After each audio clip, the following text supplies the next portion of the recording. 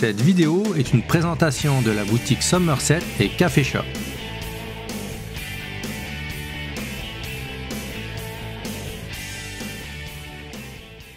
Hey, salut tout le monde, ici Vincent. Hey Yannick. Bienvenue sur la chaîne Le Temps d'un jeu. Aujourd'hui, on vous présente un top 3 de nos mécaniques de jeu préférées. Parce qu'en fait, là, il y a une variété assez énorme. Donc, nous, on vous présente nos 3 meilleurs pour nous. Donc, on présente ça et restez jusqu'à la fin de la vidéo parce qu'on va vous présenter aussi le gagnant du concours Raising Robot. Donc, on vous revient après le générique.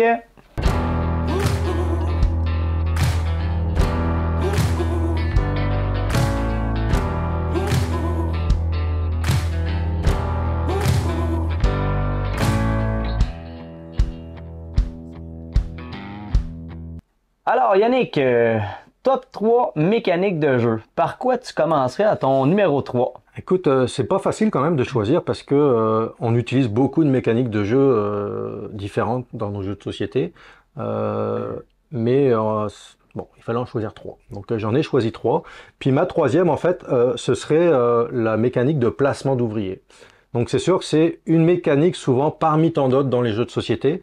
Mais j'aime ça placer mes petits meeples ou mes petits personnages, mes petites figurines à un endroit, faire mon action, voir ce que ça va me rapporter, puis grâce à ça, aller faire d'autres choses, construire mon engin grâce à cette mécanique-là. Donc c'est une mécanique que j'aime bien. C'est une mécanique classique, là, je disais, qu'on retrouve vraiment dans beaucoup de jeux.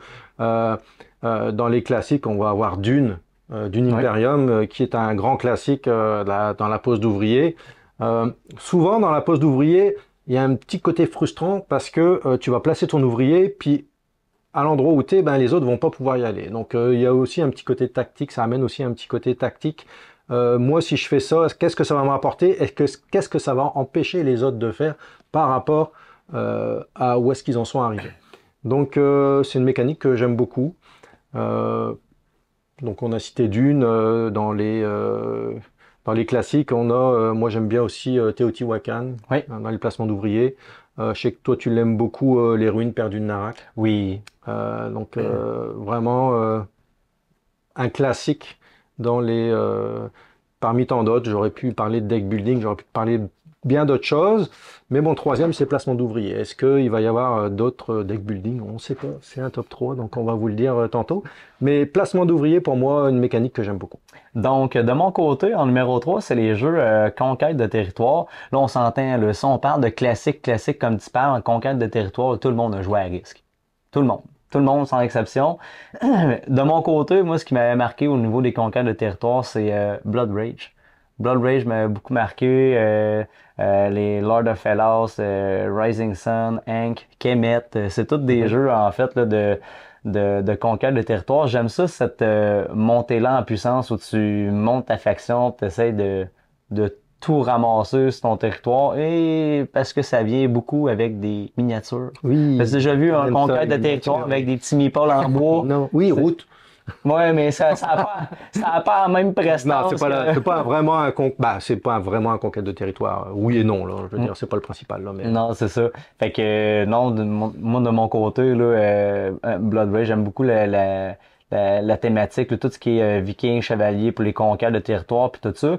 Tu sais, il y en a qui pourraient parler, exemple, de Twilight Imperium, Eclipse, que c'est plus... Il y a conquête de territoire, mais c'est des 4X. Ouais. Mais tu sais, moi, la thématique espace me parle moins. Moi, des vaisseaux qui se rentrent dedans. Non? Moi, j'aime ça. C'est gros vikings qui se rentrent dedans. Il devrait faire un jeu pour nous deux, tu sais, des chevaliers dans un vaisseau spatial qui irait conquérir une planète extraterrestre où eux aussi seraient en chevalier de leur ancien temps. Ça fait que genre la flotte de l'espace, je vais gérer les unités terrestres, ça va être correct. Mais c'est ça, non, pour moi, le conquête de territoire, toute cette préparation-là au combat avant d'arriver tout en puissance, d'essayer de tout ramasser, puis tu sais, je parle souvent de Blood Rage. Pourquoi? Parce que comparativement à Risk, qui est un classique, j'aime pas bien les jeux de conquête de territoire où on doit brasser des dés pour arriver à nos... Une part de hasard, oui.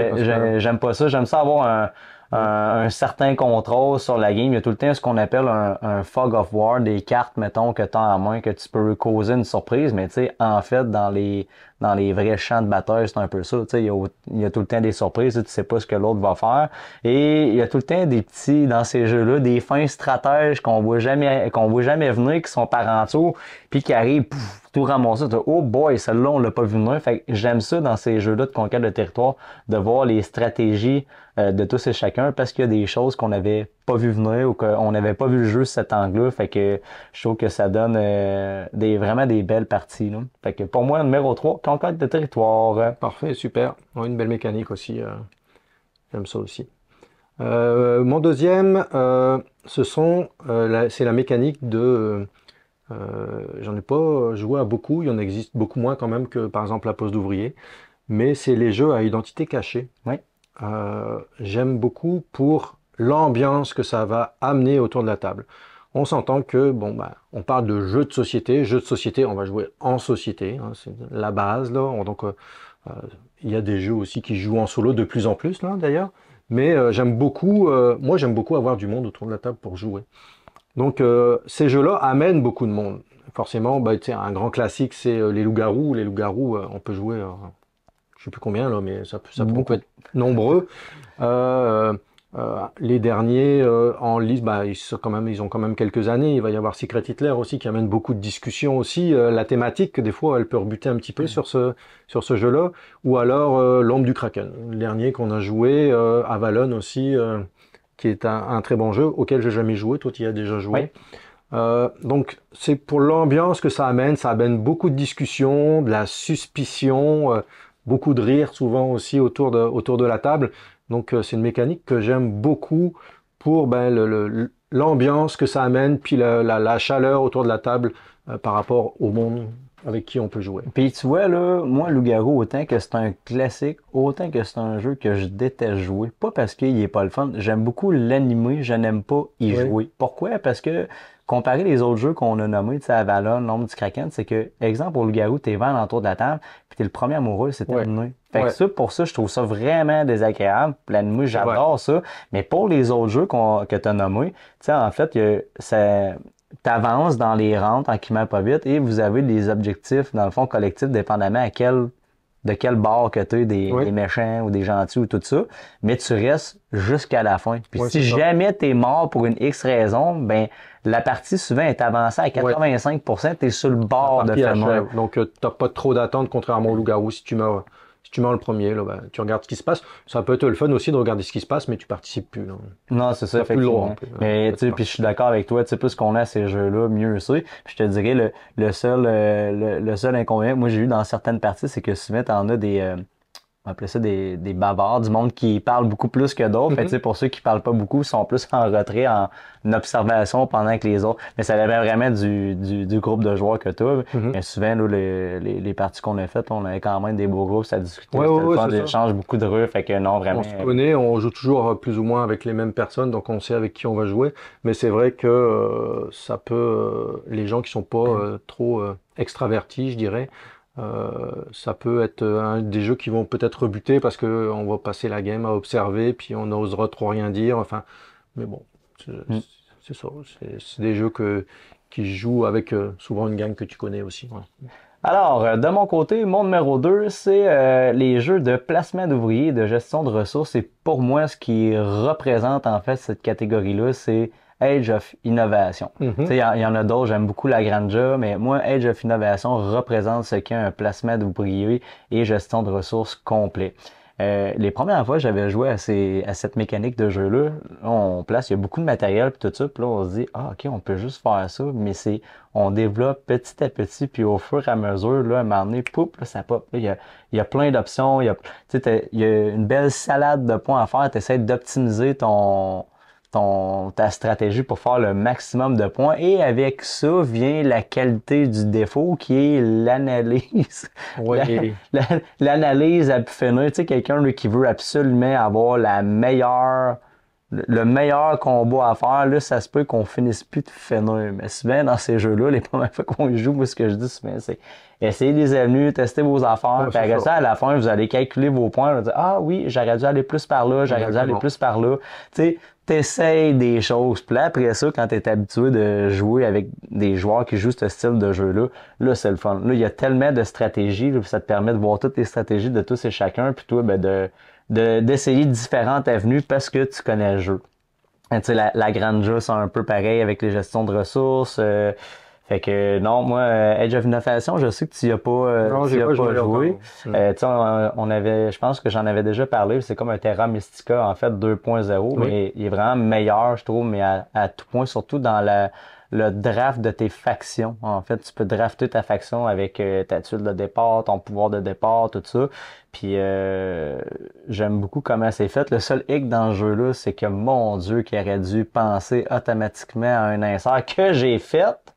En fait, là, il y a un insert en fait que j'ai demandé pour ce jeu-là parce que quand tu ouvres la boîte, il doit y avoir 50 sacs Ziploc. Là. Fait que là, essaye de toutes les étaler sur la table puis ramasser ça. Je le sortais même plus juste à cause de ça. Je me souviens le jour où tu l'as amené, là, que tu l'avais acheté, tu l'as amené ici, tu as ouvert la boîte, tu fais ouf.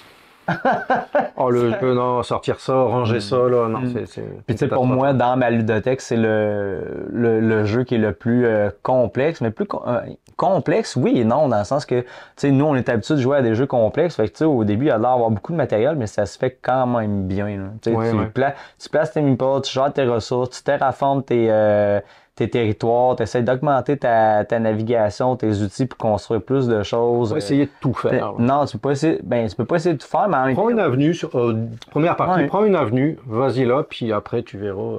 Puis moi, ce que j'aime dans ce jeu-là, c'est que ça donne des avantages de te construire proche de tes ennemis. Tu essaies de construire ta ville, puis quand tu construis proche de ton ennemi, ben tes villes te coûtent moins cher. Puis quand tu construis une certaine puissance dans ta ville, ça te permet de débloquer des clés pour augmenter sur les différentes pistes de score, le scientifique, bref, tu as différentes pistes de score que tu peux monter, puis ça te prend une certaine puissance dans ta ville pour être capable d'aller plus loin sur ces pistes-là, sinon tu vas être bloqué à un certain niveau. Là. Mais bref, les jeux de placement d'ouvriers et de gestion de ressources, on s'entend, il y en a une quantité industrielle, là, mais j'adore cette mécanique-là. Donc pour moi, c'était mon numéro 2. Super. Ma première mécanique, la mécanique que j'aime beaucoup dans les jeux de société, c'est l'asymétrie. Oui. Qu'on retrouve pas dans tous les jeux, là, forcément. Mais je trouve que ça amène beaucoup de profondeur au jeu, puis de différentes possibilités. Ça permet d'essayer chaque personnage. Par exemple, un jeu où il va y avoir des personnages asymétriques.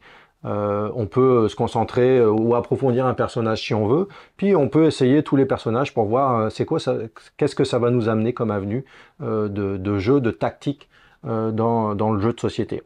Bon, un classique, on en a parlé il y a quelques minutes, c'est Route, là, où toutes les factions sont différentes. Et puis tu vas gérer tes points de manière différente pour chaque faction. L'inconvénient, c'est que si tu connais pas les autres factions, comment ça fonctionne, ça va être difficile de les contrer. C'est l'inconvénient dans les jeux asymétriques. Il faut un petit peu connaître le jeu, mais tu peux facilement y jouer quand même si tu n'y as pas joué, mais peut-être le plaisir est quand même moins fort. Un jeu, on a parlé aussi d'Eclipse, hein, où tu as la faction où tout le monde a la faction terrienne, tout le monde va jouer de la même manière, et puis de l'autre côté, sur les tuiles, une faction extraterrestre où chaque personnage va être différent et puis tu vas commencer avec différentes ressources par rapport aux autres, donc tu peux avoir plus d'argent et puis ça va te permettre d'acheter plus de choses dès le départ.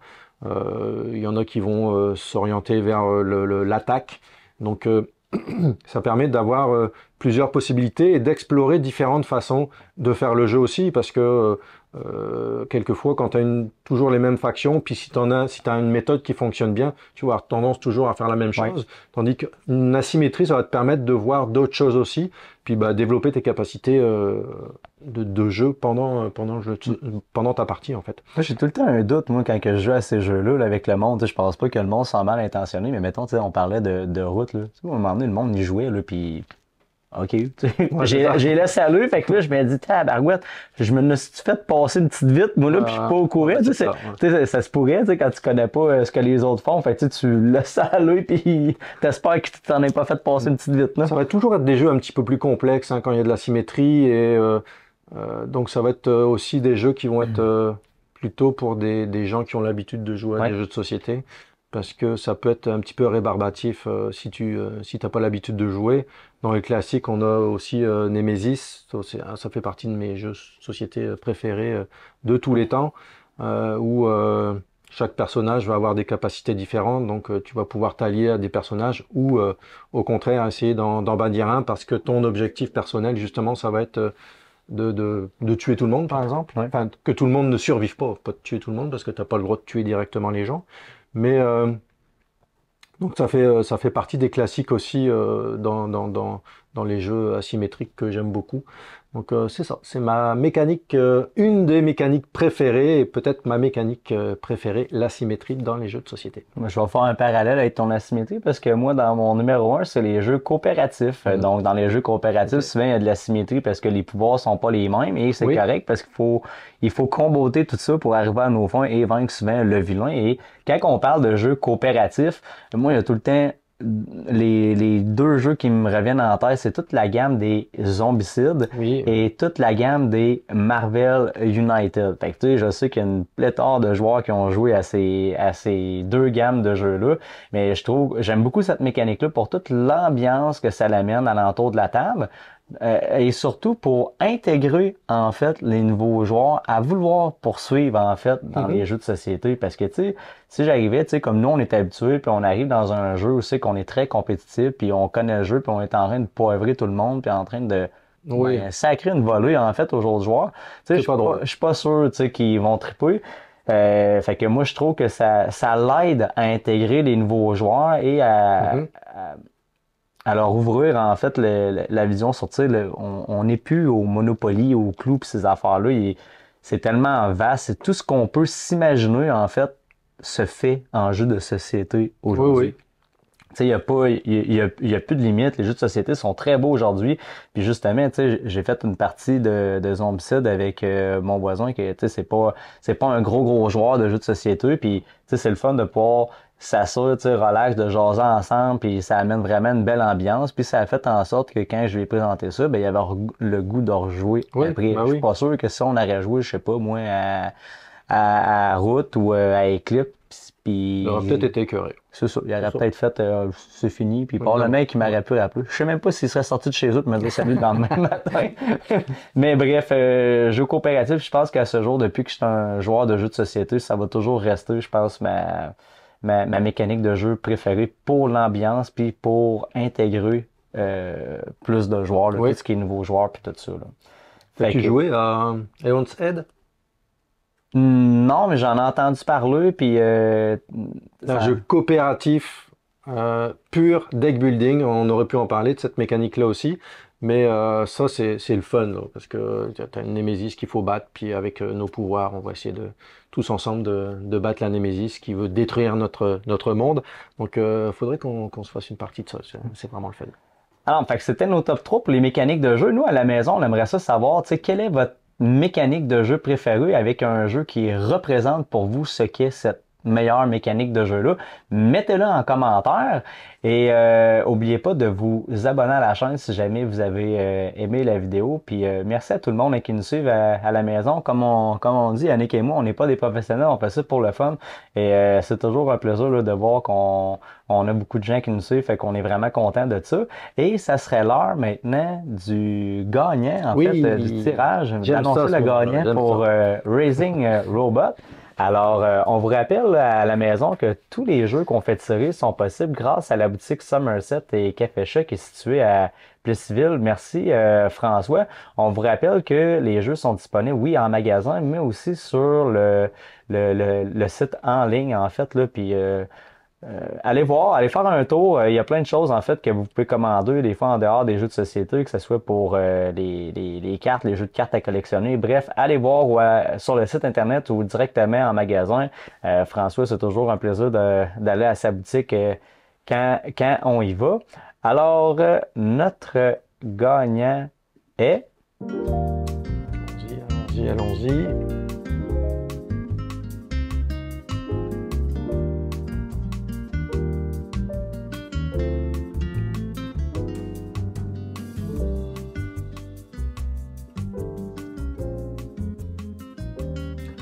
Danny Gosselin. Donc Danny Gosselin, Danny, Je suppose que ça doit être Danny. Félicitations pour avoir gagné le jeu Raising Robot. François de la boutique Somerset, boutique et café chat, va t'envoyer ton jeu dans les prochains jours. Si tu veux prendre contact avec nous à l'adresse courriel qui est en dessous de la vidéo, tu pourras donc nous donner tes coordonnées, puis on t'enverra le jeu. Félicitations! Donc, c'était Vincent Et Yannick. et on se dit à la prochaine! Salut!